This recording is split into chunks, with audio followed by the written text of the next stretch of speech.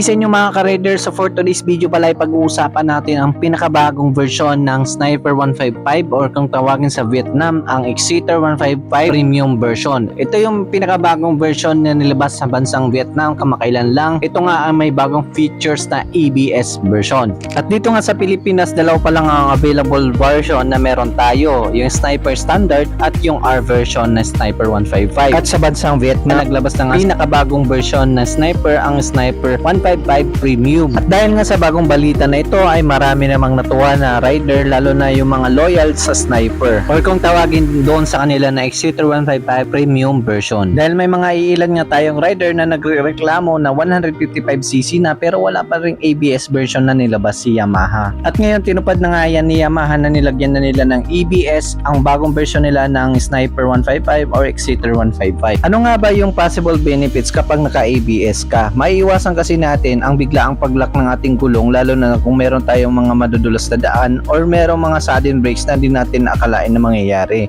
Lalo na kung mahilig tayo bumengking-benking sa Marilake, ganyan. Kaya napakalaking tulong talaga na merong ABS ang ating mga motor o anti-lock braking system. Para naman sa ibang specification and features sa motor na to ay halos naman walang pagkakaiba sa naunang version dahil nga ang binago lang dito is naka-ABS na nga ang motor na ito. At pagdating naman sa kanyang engine specification, meron pa rin itong engine type na liquid-cooled, 4-stroke, single overhead cam at 4 valves. Meron itong displacement na 155cc at may burn stroke naman ito na 58.0 by 58.7mm at may compression ratio naman na 10.5:1 at may maximum power up to 13.2 kilowatts at 9,500 RPM at may maximum torque naman ito na 14.4 Nm at 8,000 RPM. With 6-speed manual transmission, meron pa rin itong sleeper clutch assist para sa smooth ng pag-change ng gear from low to high. At equip pa rin ito ng kanilang VBA or variable valve actuation for smooth combustion at less fuel consumption.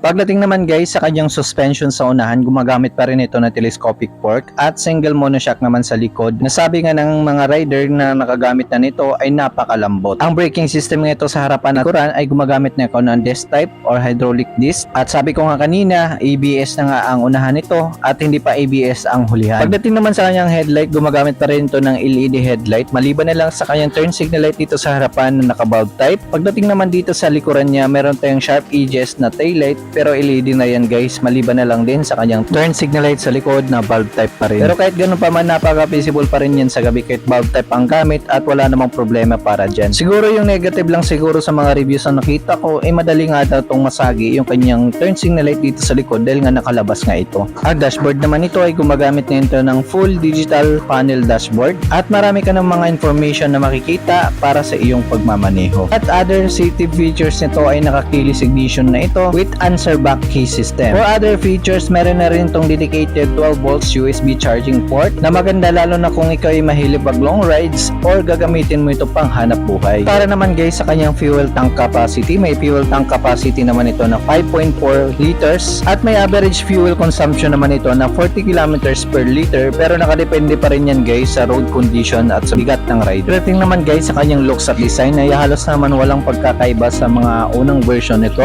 dito sa premium, maliban na lang siguro sa kanyang visor na parang may pang aerodynamics na or air vent na nakikita tayo sa kanyang visor sa unahan. Naman sa nagtatanong kung kailan ito ilalabas, wala pang launch date na binigay ang Yamaha Philippines kung kailan ito ilalabas, but possible mga susunod na buwan or taon ay ilalabas na nga ito dito sa Pilipinas. At para naman sa kanyang presyo ay wala pa tayong update para dyan, pero kung doon i-convert natin yung presyo niya doon sa Vietnam ay nagkakahalaga ito ng 124,000. So possible pag dinala yan sa Pilipinas, mas mataas pa dyan. Baka abot yan ng 140,000+. Kayo guys, anong masasabi nyo sa video natin ngayon? Maaari kayo mag-comment dyan sa baba kung ano yung mga komento ninyo para sa bagong version na Sniper 155 or Exciter 155 Premium version. Muli, maraming salamat sa inyong panonood. Para sa mga susunod na reviews natin, abangan!